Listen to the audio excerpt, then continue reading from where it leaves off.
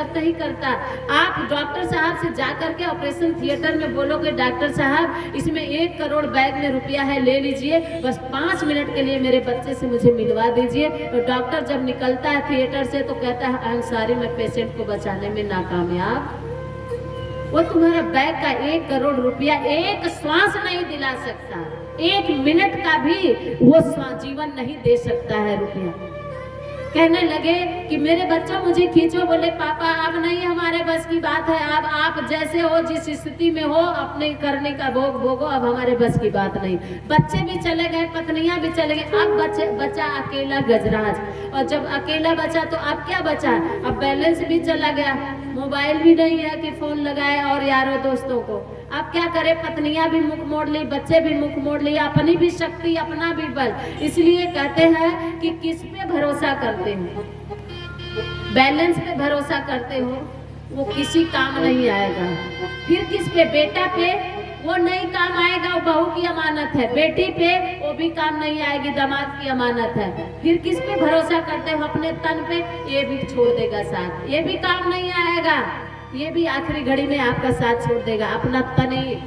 अब वो निर्बल असहाय जब हो गया, दुनिया में अब कोई सहारा नहीं रह गया, तब गजराज क्या करता है, तब गजराज को याद आती है कि जो दुनिया में जिसका कोई नहीं है उसका जो सहारा है वही है हमारा गोविंद, वही है परमात्मा। अब याद आई है जब सब तरफ से असहाय, जब तक कुछ रहता है जोश ना, तब तक भगवान नाम की चीज नहीं याद आती है।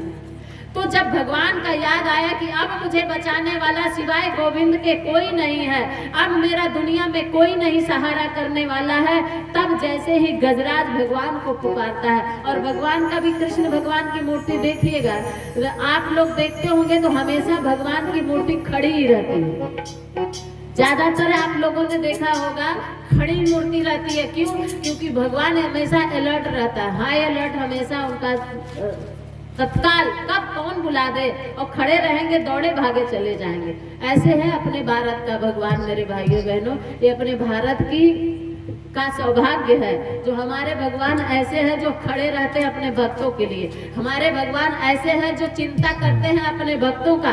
अब भगवान कन्हैया खड़े हैं और जैसे ही गजराज बुलाता है गो, वैसे ही आवाज पहुंच जाती है कन्हैया के पास। मैं हूँ शरण में तेरी संसार के रचैया, मैं हूँ शरण में तेरी संसार के रचैया। किसी मेरी लगा दो, किसी मेरी लगा दो, मुझता